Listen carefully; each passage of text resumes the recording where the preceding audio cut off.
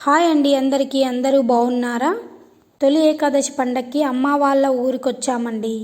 ఇక next day చేను చూద్దామని చేనులోకి వచ్చాము. ఇప్పుడే కాదు, హాలిడేస్కి వచ్చిన ప్రతిసారి మేము చేను చూద్దామని వస్తూనే ఉంటాము. మా బాప అయితే ఇక్కడ బీర చెట్లకి పాదులు వేస్తున్నాడు. మా అమ్మ కొత్తిమీరలో గడ్డి ఉందని పీకుతుంది. మేమిలా చేల్లోకి వచ్చి ఏదో పని ఏం చేయము, కానీ ఈ వాతావరణం చాలా బాగా అనిపిస్తుంది, అందుకే వస్తుంటాము.